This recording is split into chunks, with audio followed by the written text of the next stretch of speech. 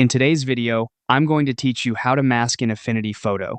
Masking lets you reveal or hide parts of a layer without permanently erasing pixels, so you can experiment confidently and refine your edits at any time.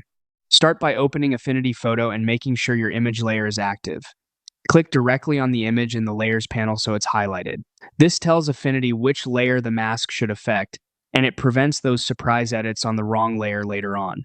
If your document already includes a mask attached to that image, right-click the mask thumbnail and choose Compound Mask. A compound mask simply groups multiple masking sources together so you can blend them as one. It doesn't change what you see yet, it just sets you up to combine different mask inputs cleanly and non-destructively. With the same mask selected, right-click again and choose Luminosity Range Mask.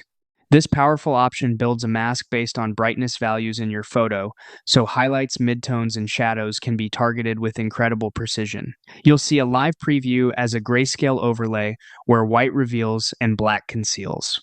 Adjust the live luminosity range controls to dial in exactly what you want.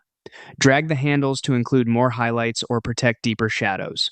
Use the softness or roll-off sliders to smooth transitions and avoid harsh edges. If you need the opposite effect, toggle the inversion so bright areas are hidden and dark areas show through. Zoom in and watch fine details like hair, foliage, or cloud edges. The live preview updates instantly while you refine. Subtle moves usually look more natural, and feathering a touch helps blend the results seamlessly.